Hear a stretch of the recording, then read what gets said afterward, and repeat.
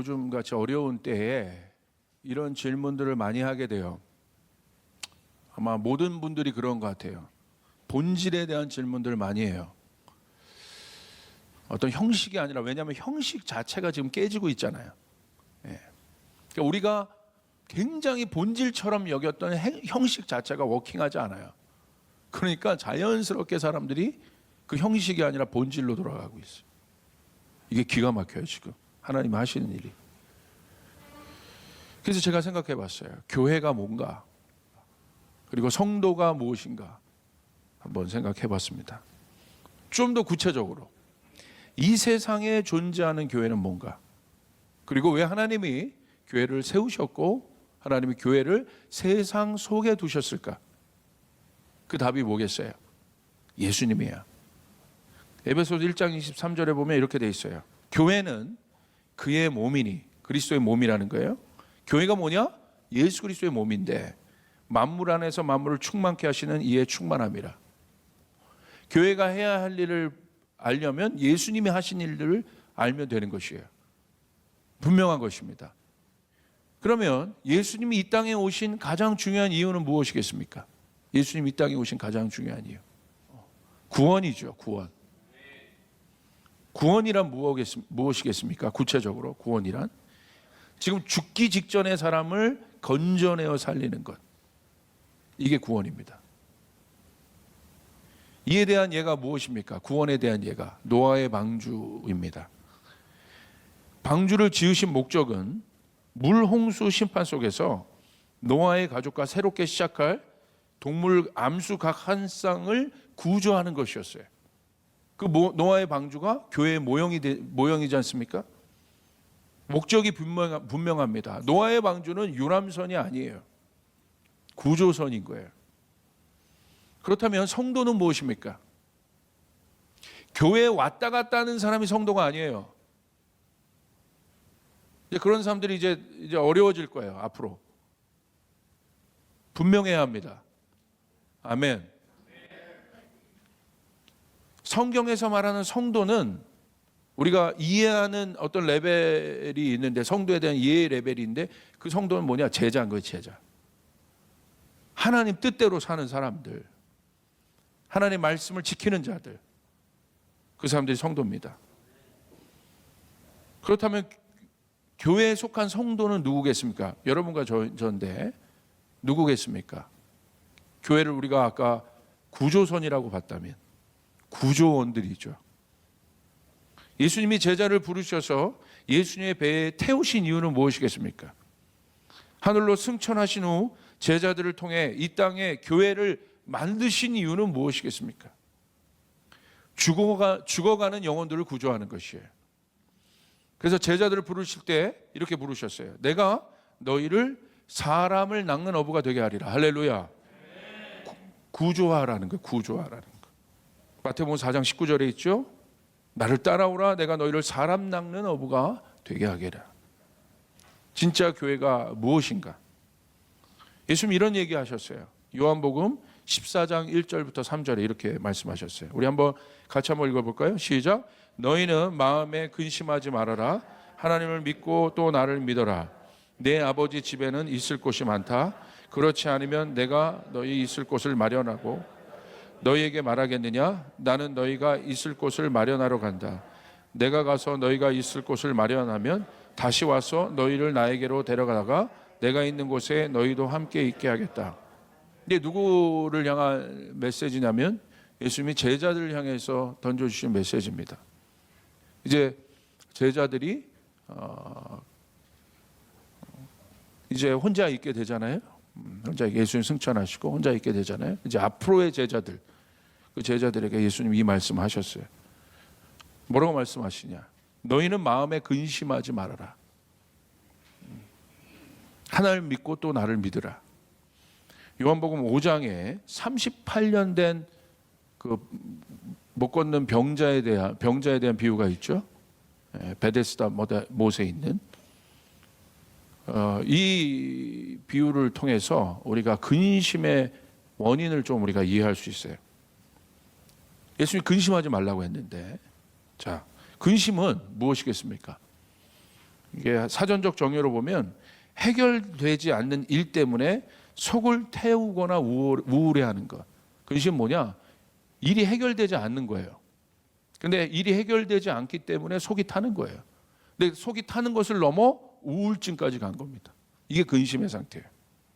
이 근심하지로 번역된 원어 타라소라는 의미가 있어요. 타라소. 근심하지라고 번역된 타라소라는 언어가 있는데, 이거는 바로 어떤 뜻이냐면 동요된 상태를 말합니다. 이렇게 동요되는 거. 만약에 그 물결이 있으면 이렇게 물이 있으면 이 물결이 막 동요되고 있는 상태, 막 일렁이고 있는 상태. 우리 마음에 물결이 있다고 한다면 이 마음 근심이 뭐냐? 마음의 물결이 일렁이고 있는 상태, 잠잠하지 않은 상태. 이게 타라소의 의미예요.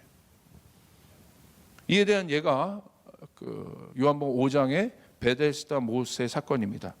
이런 천사가 가끔 못해 내려와 물을 움직이게 하는데, 동요시켜 물이 움직이는데, 이게 타라소예요.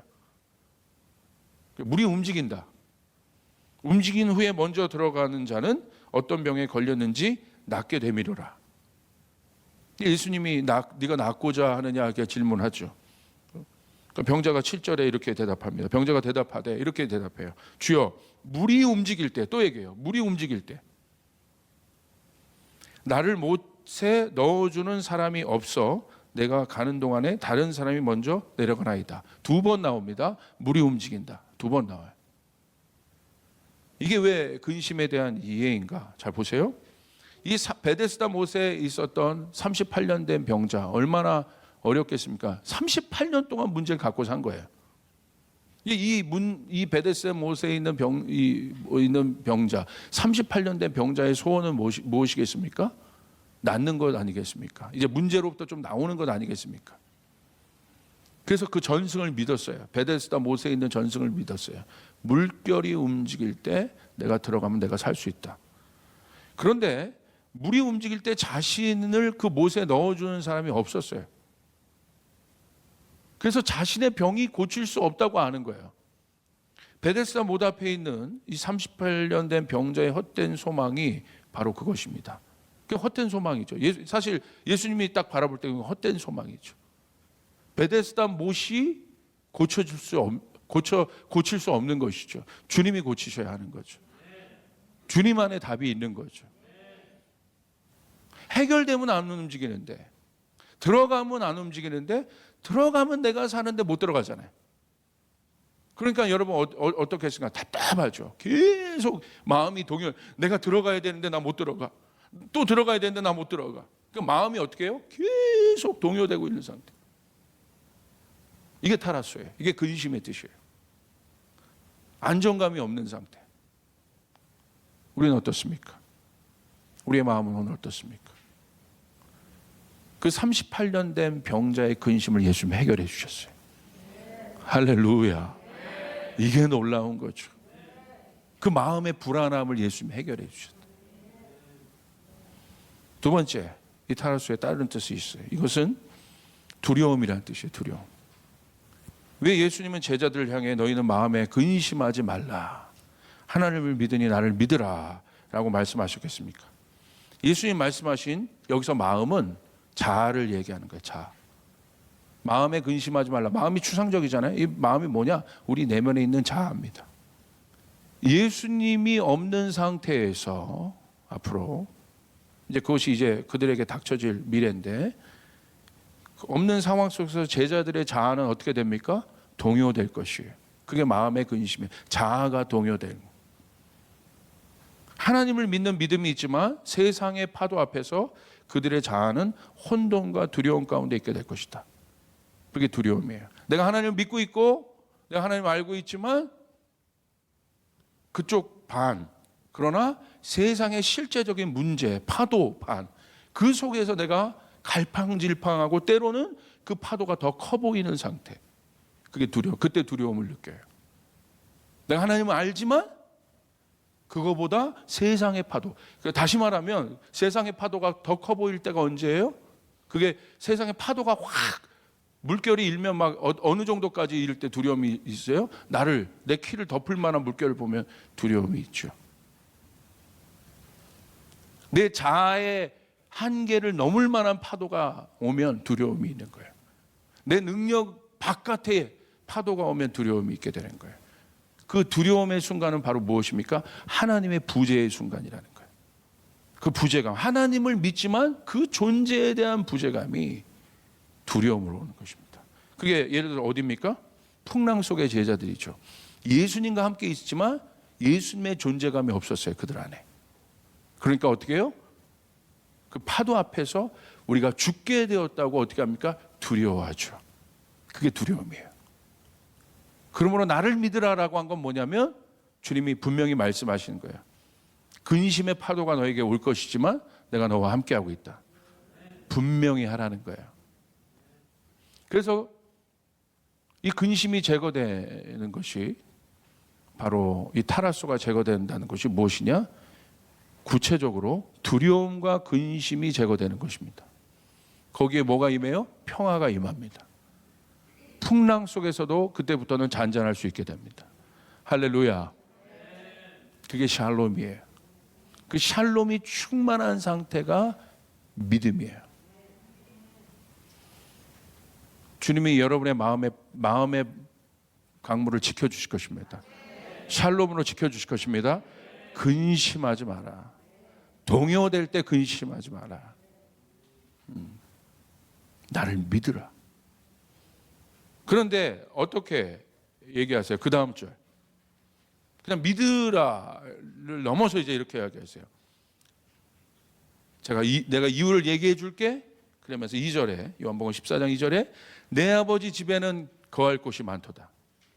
그렇지 않으면 내가 너희 있을 곳을 마련하러 간다고 너희에게 말하겠느냐? 나는 너희가 있을 곳을 마련하러 간다. 제자들아, 너희가 여기서 잠깐 어렵고 힘들겠지만 나를 믿어. 반드시 너희가 내 아버지 집으로 오게 될 거니까. 할렐루야. 내 아버지 집에는 거할 곳이 많다. 잠깐 어렵겠지만 믿어.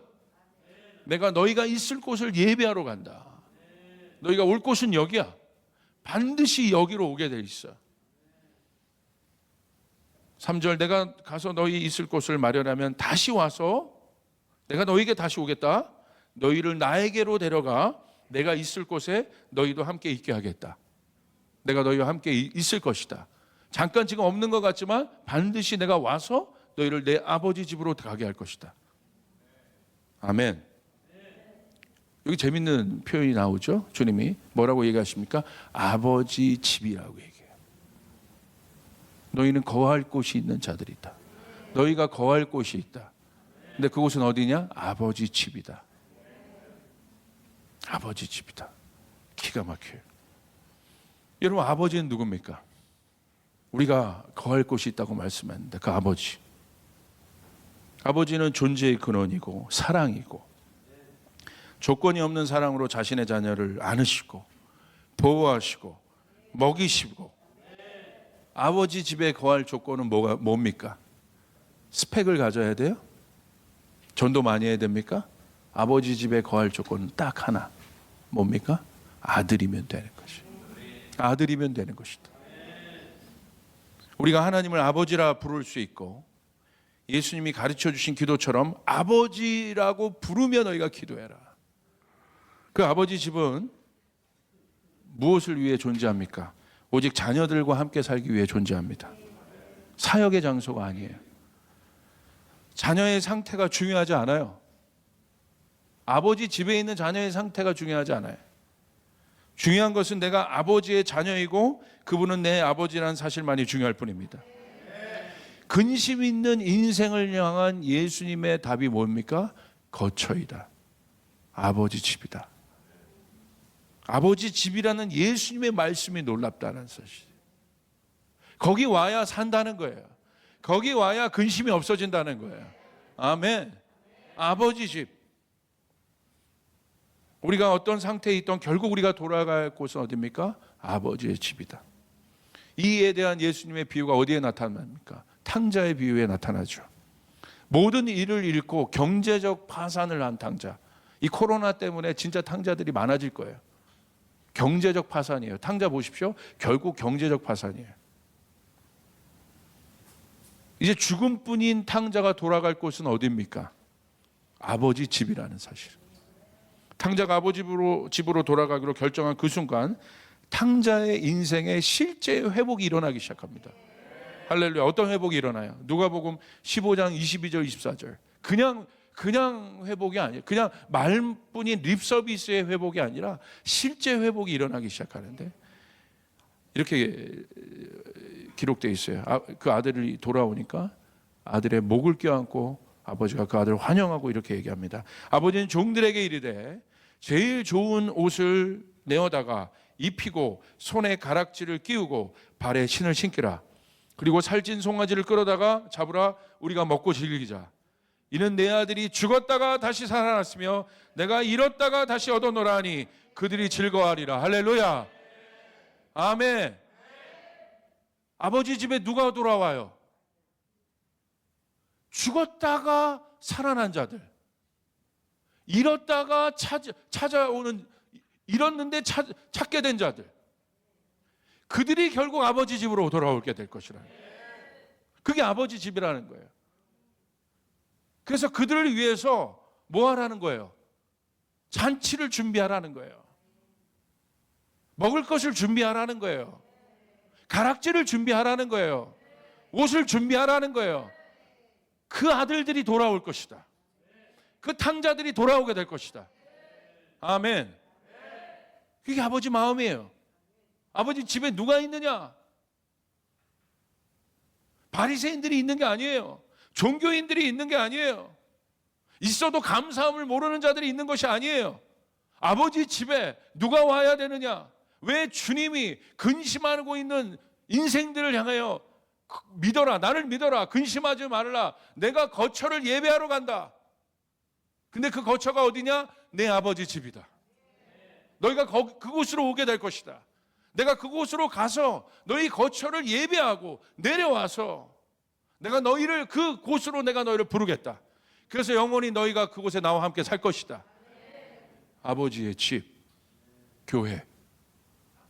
바로 아버지의 집으로 가는 게이트란 말이에요. 그게 교회예요, 교회. 그리스도의 몸. 그래서 교회는 천국과 같아야 돼요. 아멘. 교회가 정치 집단이 되면 안 돼요. 교회는 천국이어야 돼요. 회복이 있어야 돼요. 영원한 안식으로 들어가는. 그래서 교회가 천국 같아야 되는 거예요. 아버지 집 같아야 되는 거예요. 풍성해야 되는 거예요. 먹을 것이 있어야 되는 거예요. 나눔이 있어야 되는 거예요. 회복이 있어야 되는 거예요. 섬김이 있어야 되는 거예요. 아멘? 그것이 바로 교회입니다. 결론을 짓죠. 제가 본문에 타이타닉호와 그리고 교회라고 이렇게 결론을 졌습니다. 우리가 살고 있는 시대는 어떤 시대입니까? 우리는 아마 3년 전부터 아마 이 시대를 준비하고 있었을 거예요. 제가 계속 3년 전부터 외쳤죠. 뭘 외쳤습니까? 난민을 외쳤어요. 난민의 시대입니다. 앞으로 10년은. 근데 그것이 우리가 중동 난민에 국한해서 이렇게 우리가 생각했지만 여러분 보십시오. 모든 곳에서 이제 난민들이 일어나요. 어떤 난민들이요? 경제적 난민들이. 여러분 난민의 증거가 뭐겠습니까? 난민의 정의가 뭐겠어요? 거처가 없는 자들이에요. 그게 난민이에요. 그러니까 왜 시리아 난민이 되겠어요? 시리아 내전 때문에 나왔는데 거처가 없는 거야. 그게 난민이에요. 근데 예수님 뭐라고 얘기하세요? 내가 너희를 위하여 거처를 예비하러 가겠다. 근데 그곳이 어디냐? 내 아버지 집이다. 아멘. 교회는 그 거처가 되어줘야 되는 것이에요. 여러분 우리 안에 마음의 거처, 마음의 브레이크스루가 일어나야 돼요. 마음의 풍성함이 있어야 돼요. 보여지는 것이 아니라 누구에게 보여지는 그 마음의 풍랑을 줄 것이냐? 그 풍년이 이미 마음 안에 있는 자들에게. 하나님 내가 그렇게 하기로 결정합니다. 내가 부족하지만 그렇게 하기로 결정합니다. 할렐루야. 거기에 역사가 일어나기 시작해요. 난민의 시대입니다. 마지막 때 여러분 말씀을 보십시오. 마태복음 25장에 양과 염소를 나누는 백보자 심판이 있지 않습니까? 거기에 기준이 무엇입니까? 가난하고 헐벗은 자를 도왔냐는 거예요. 그게 심판이라는 거예요. 그게 마지막에 보좌의 심판 앞에서 주님이 우리에게 요구하시는 거예요. 이게 놀랍죠? 보좌의 심판 때는 뭐예요? 마지막 때가 가까이 왔다는 거예요. 난민들이 증가합니다. 양의 편에 선 자들, 양으로 분류된 자들이 누굽니까? 헐벗고 굶주린 자를 돌봤다. 근데 그 사람들이 누굽니까? 예수님, 너는 나에게 한 것이다. 여러분, 결국 마지막 때 우리가 돌파해야 될 진짜 여러분 강력한 사단이 이 난민들을 이 땅에 증가시키는 진짜 원인은 무엇이겠습니까? 우리 안에 있는 이기심이에요. 그 이기심이 깨져야 합니다. 할렐루야. 함께 살아야 합니다. 그래서 교회는 어떤 상태가 돼야 돼요? 탕자가 돌아올 수 있는 아버지의 집이 돼야 된다. 그것을 준비해야 됩니다. 이 코로나 시대 때. 마음의 돌파가 있어야 됩니다. 할렐루야. 나를 믿으라.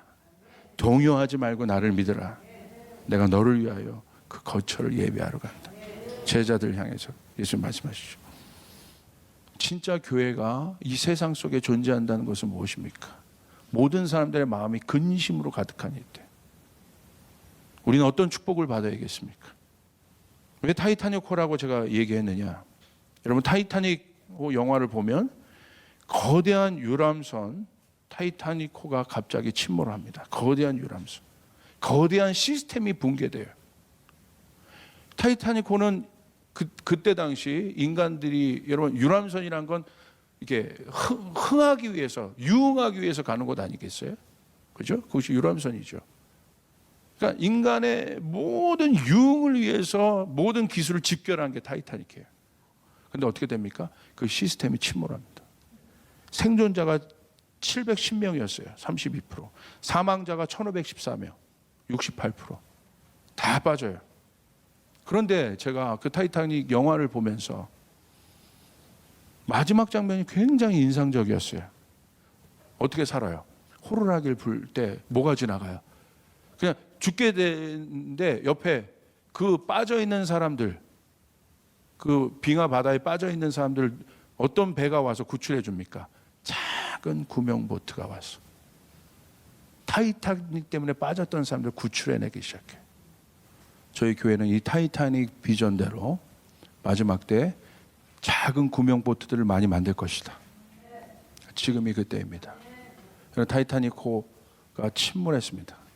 거대한 배, 절대 저 배는 침몰하지 않을 것 같은 배들이 침몰했습니다. 수많은 사람들이 바다에 빠져 있습니다.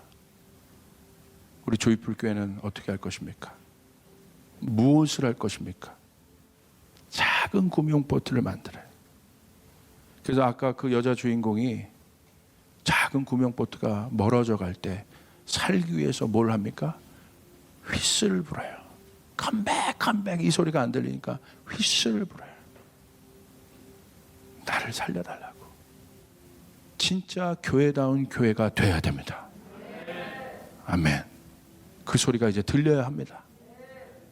작은 구명보트들을 만들어서 여러분의 일터가, 여러분의 가정이, 우리 교회가, 또 내 자신이 작은 구명보트가 되었어요.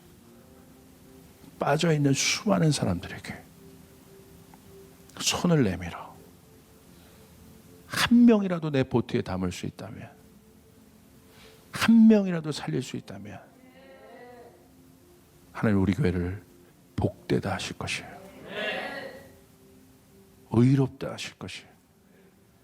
오늘 우리 안에 그 마음이 일어나길 바랍니다. 우리 안에 있는 헛된 욕망들을 다 제거하여 주소서. 우리 안에 있는 헛된 욕망들 다 제거하여 주소서. 물에 빠져 죽어가는 그 한 영혼을 보게 하시고, 손만 내밀면 이제 살릴 수 있는데 살리게 하소서. 커밍 처치에 만족하지 말고 고잉 처치가 되라. 찾아가는, 열방으로 나아가는, 무사람들의 영혼을 구원하는 교회가 되어라. 물에 빠져 죽어가는 자들 구원해내는 작은 조각배가 되라.